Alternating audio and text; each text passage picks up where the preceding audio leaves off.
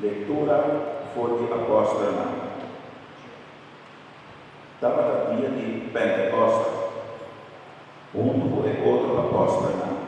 Pedro saiu para fora e para Pilato e o pueblo estava presente. O gozo fuerte era avisado. Eterna nação de Israel necessita de tua seguridade, de Deus a nombrar Jesus como Senhor e Messias. E mesmo Jesus o gozo a crucificar. E a palavra não aqui a impressionar, é um presente mais rápido. Não como Pedro e outro apóstolo romano, que conosco de raça. Pedro a contestar, começar uma vida nova. La capacità posso mês em nome de Jesus Cristo. Anto posso não é por dom e posso ficar. E Deus luta na posso su Espírito Santo. Lo que Deus ha permitido a destinar para posso yuna. E também para tudo está por a viver. Para tudo o Senhor nosso Deus que ama. Com essa aqui e com outra palavra, Pedro a convencer e cura chama. Ela avisa, salva e aleja-vos de geração perversa. O obediente a esse caso de mensagem de Pedro e a receber bautismo.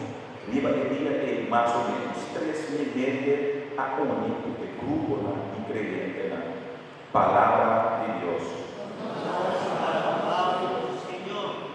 Salmo responsorial. El franco nos escuta de picar, ni de Dios palabrador, pues ni de falta de nada. ¿No escuta? Ni de Dios palabrador, pues ni falta de nada. Señor, también guardador, ni de falta de nada. Dentro de un lleno de hierba verde, esta la gran sósica. Esta es para mi agua tranquila, para mi volver a la fuerza. ¿No escuta? Dios palabrador, pues de nada. Esta guiada de un buen camino, fiel a su nombre, mas que le pasa de un abismo de muerto, mientras sin ningún ancha. Bota presente o pagar y bastón. Nada sempre de consuelo. No sur, ni de Dios palabrador, pues sin falta de nada.